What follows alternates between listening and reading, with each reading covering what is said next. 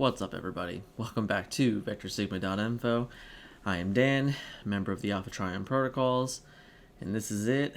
It's been a fun month, but this is the very last spoiler for the set.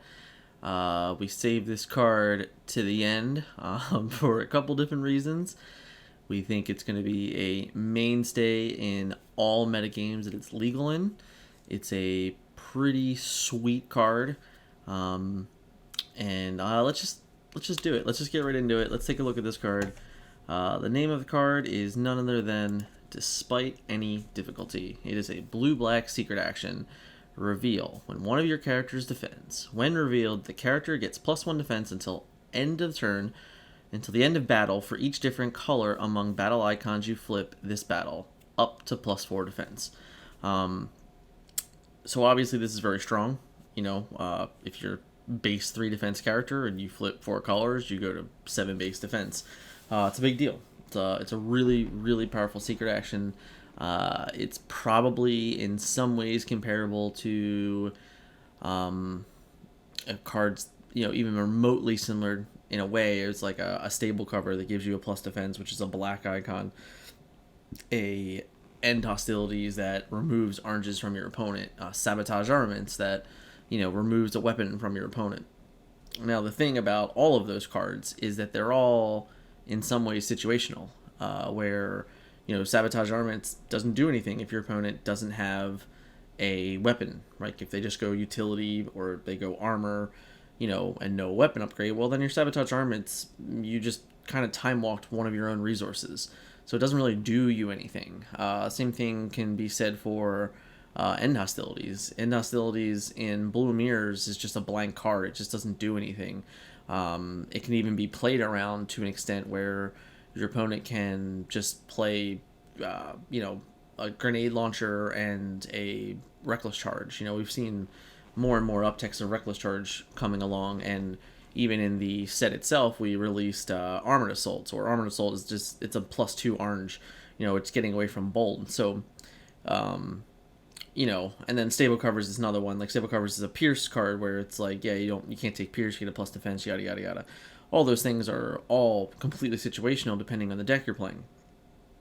And for the most part, secret actions are that way. They are just situational cards, and you're kind of hoping for certain things to happen. This card does a lot of things for a lot of different decks.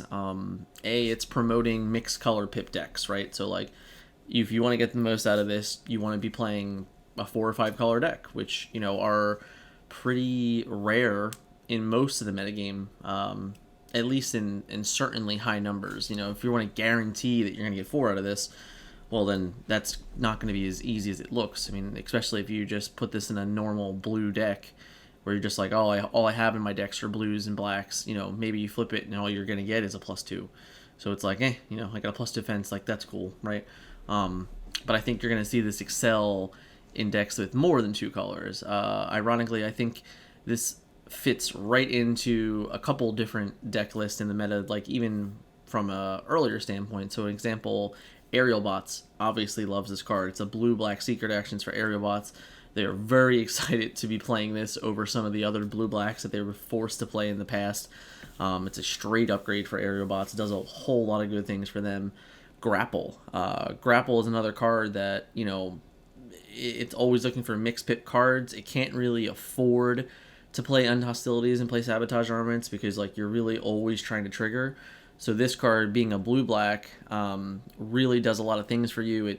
It helps you in more ways than not, but it's specifically the fact that you get 2 colors out of it for a deck I feel like that's really important. I can see this seeing a ton of play in pretty much any of the blue control decks, especially ones that aren't 100% focused on just being mono blues. So like a Galaxy Prime, we'll see this play because the Galaxy Prime plays generally up to 4 colors in its deck. Maybe sometimes you end up with a 5, depending on how many blacks are really in the deck, but really this is probably one of the only blacks that you'll see in a Galaxy Prime deck. A Menasor deck is generally a 3-color deck, 4-color deck, so this is easily like a slotted in for a 5-color there. And then, it goes further than that, obviously. The biggest thing for the core existence and the thought process behind this card is counter-espionage. And counter-espionage is a big one, because in the game we've gotten to, counter-espionage has become overly predictable because there's only so many good playable secret actions for people to play, whether it's end hostilities, sabotage armaments, hold the line, and then situationally now we've seen infiltrate come back into the metagame. Well, basically what this does is presents an avenue for the counter-espionage player that they really didn't have before. Before, as a counter-espionage player, you're just like, all right, I'm just going to name the card that hurts me the most in this turn, right? So it's like, all right, I'm just going to name end hostilities because, like, I'm going to play a bold upgrade. Or I'm going to name sabotage armaments because I'm going to play a grenade launcher and I need to protect my grenade launcher. So it was always like, this is the easiest thing to do. You're always going to hit generally the card you're looking for. But what this does as the control player is that it adds a card that you can play as a safety net that in either situation you end up getting something to an extent. Like if they play a belligerence, like yes, all your blues get turned to oranges and you're still only going to get plus X. But the difference is that you're not just going to be like, all right, I literally just get nothing, which is like a really damaging thing because belligerence is just ended so many games that it's just not even funny at this point. Like I can't even fathom to you how many times I've heard like, yeah, it was a pretty close game, and then at the end of it, like he played belligerence, and then like I just died because like I had a sparring gear on and it did nothing, yada yada yada. Well, now that sparring gear, obviously you're not flipping blues, but what you're doing is you're flipping, 3 or 4 colors, and the fact that you're flipping those 3 or 4 colors, you're now not just straight hosed to a belligerence. So once again, that counter espionage now the counter espionage player has to consider like, all right, well, what is the worst possible outcome for me? Like, does he have a tough armor? No. Does he have do I have this bold weapon? Do I have a straight attack weapon? Like all these different combinations of things occur now for the counter espionage player where it's like, okay, what do I have to do to get around this card? And I think this is a really perfect avenue for a lot of different decks, as I was stating already, because it's just a secure play. So often as the secret action player, you don't have that secure play. It doesn't exist. Because you're like, all right, well, I'm going to play the Sab Arms, and I'm going to just hope he plays a weapon into it, right? Like, it's not, you can't always guarantee that your Sab Arms are going to get anything. Like I said, like, they just easily play around it. Specifically, like, depending on what deck you're playing against, they don't even have to play a weapon. Like, I'll use Dinobots as an example. They're just like, whatever, I just draws a steal, and then Dino Chomp, and then go. And you're just like, well, I wish this was an end hostilities, but it's not. And it's the same thing. Like, you'll put an end hostilities down, and they'll just be like, all right, whatever, I'll just grenade launcher, reckless charge, yada yada. And like, you're still just always hosed as the defensing player. And it's always been that way in the game. It's always been, yes, I have these powerful secret actions that I can play, but as the offensive player, as the as the attacker in the game, you always have more power because like you get to choose how the turn is going to go, and the defender can't interact with you. Like, there's no pinpoint. You can't be like, in the middle of combat I choose to put sabotage armaments down. Like, it doesn't exist. So like that type of line of concept doesn't, it's not there.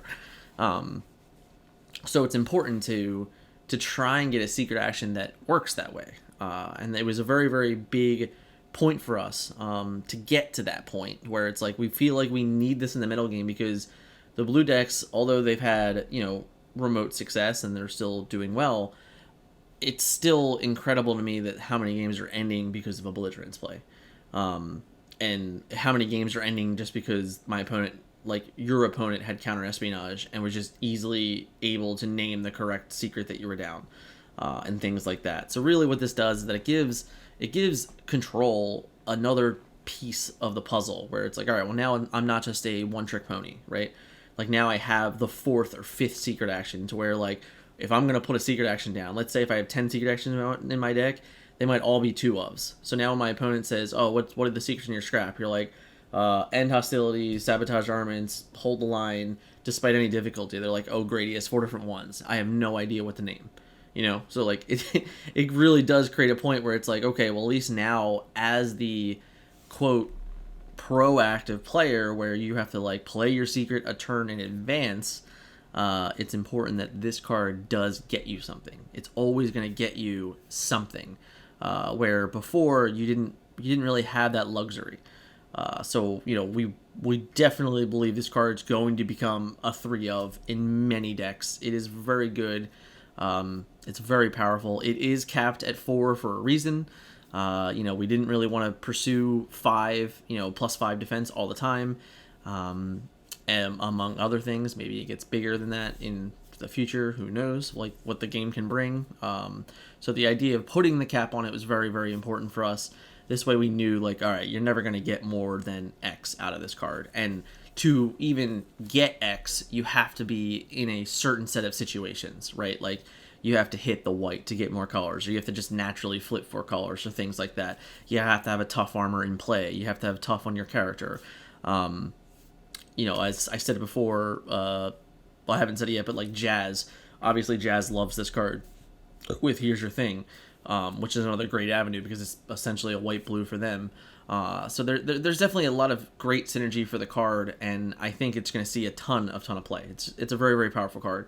And it was a great way we felt to end all the spoilers with this very impactful battle card. It's also one of the ones that like is a little bit off theme of the set, where the whole set was generally traits matter. And this isn't necessarily traits matter, it's more like deck building matters. So like to get the most out of this card, you have to build your deck a certain way. So we're very excited to see this card hit the field, and let's see what people are going to do with it. My personal favorite playing with it was with aerial bots. I had such a fun time testing aerial bots with this because like I can't tell you how many times in testing aerial bots just like flat out loses to a belligerence. Like you're just like dead in the water to a belligerence. So this card at least gives you a little bit of backup because, like, the one defense on Superion is like, that's it. Like, oh, you got your one defense and that's all you got. Like now it's like, all right, they play belligerence, but you still get to like a 5 defense because you have, you naturally have the tough 2 on your character, so you're generally going to get to your blue, black, white, and orange, or and green most of the time, depending on what your aerial bots list looks like. So generally, you're going to get to your +4 on that defense flip. But that was my personal favorite. My other personal favorite was Shockwave. Shockwave loves this card. He's the opposite of aerial bots, where he's the 3 defense base. Generally speaking, he has an armor on him that gives him a 4 base, and then like you have this card that makes him just an 8 base almost all the time if your deck is built for it. So it's really powerful and really strong, which is something we're very excited about because we do think that Shockwave players in general will really enjoy this card, and you might see an uptick in Shockwaves in the next event, which I generally hope so. He got a lot of love in the 6-drop characters. He gets the secret action that he also loves. So I'm definitely hoping to see some Shockwaves. But the other big thing I said, grapple, man. The grapple, the Master Planner stratagem that we gave grapple in the last set already seen a little bit of success and top 8ing one event through season 2. This card's really big for grapple. Grapple just straight folds, and I mean he folds to belligerence. Like he just dies instantly. This card gives you some backup. It really does. It allows you to, live. Like the difference between 3 defense and 0 defense is a million. Like so, the fact that your grapple can now take a hit and just survive is a really, really big deal. So I think you'll see a giant uptick there too.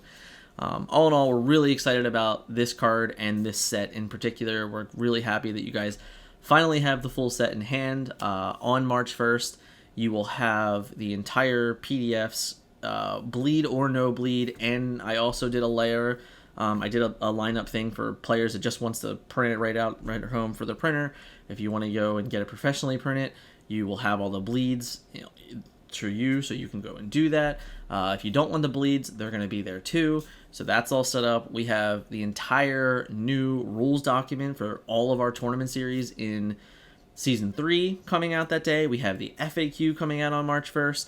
And if we're lucky, it'll either be the 1st or the 2nd. We will also be having a new Protocols episode with Scott, Wyatt, and myself, going through the set card by card and going through the FAQ and going through some of the things that are to come with the set and the rules that we're adding to the game and etc. The new ban list for Season 3 is also going to be released. So there's a ton of information coming out between like the 1st and the 3rd, I would say. Like all along of those days, you might get, the FAQ one day, the rules change another day, and then the podcast the last day, something like that. It'll be somewhere around that idea of time where you're going to get all of this information in that, about 8 or 9 days from now, from me recording this on the 21st. But yeah, so definitely look forward to that week. I can tell you that our printer is already done and complete with the sets. So for the Patreon tier, that is supporting us through Patreon, all of our sets are already complete and they're already being shipped to us. So we will have them in hand hopefully by the end of this week, which means we get to completely turn over and just hand them right back to you guys. So you guys are gonna get this whole set spoiled, and like by the time this video goes live, we may be like a day or two away from receiving the cards ourselves, which means they're already going to be in the mail and to you. So you might even get your cards in the mail, like if everything works well, before the full set is even released on Patreon or on Facebook with the bleeds and all that stuff. So huge shout out to anyone that's been supporting us on Patreon, been supporting us in the Discord, playing in the events. The league games have been phenomenal. This month has been a little crazy because of weather conditions all over. We've had power outages, etc., in different parts of the states and the world in general. So definitely huge shout out to you guys for getting through this really crappy month of just all this mesh. But hopefully we get through, we get to the other side, and we get to start playing with ATP-3 and the Season 3 events. I'm really excited about it. So once again, thank you to everyone for the support. It's been a lot of fun hearing everyone's feedback for the set so far, and I can tell you we're already in development for set 4, and it's already looking crazy and better than ever. So I can't wait to start getting that stuff to you as well, because I'd say by April we're already going to have some really, really crazy stuff going on for you guys to get excited about for ATP4. So this is the end of ATP3. Once again, thank you everybody, and have a good day, night, whenever you guys are reading this or watching. See you guys later. Bye.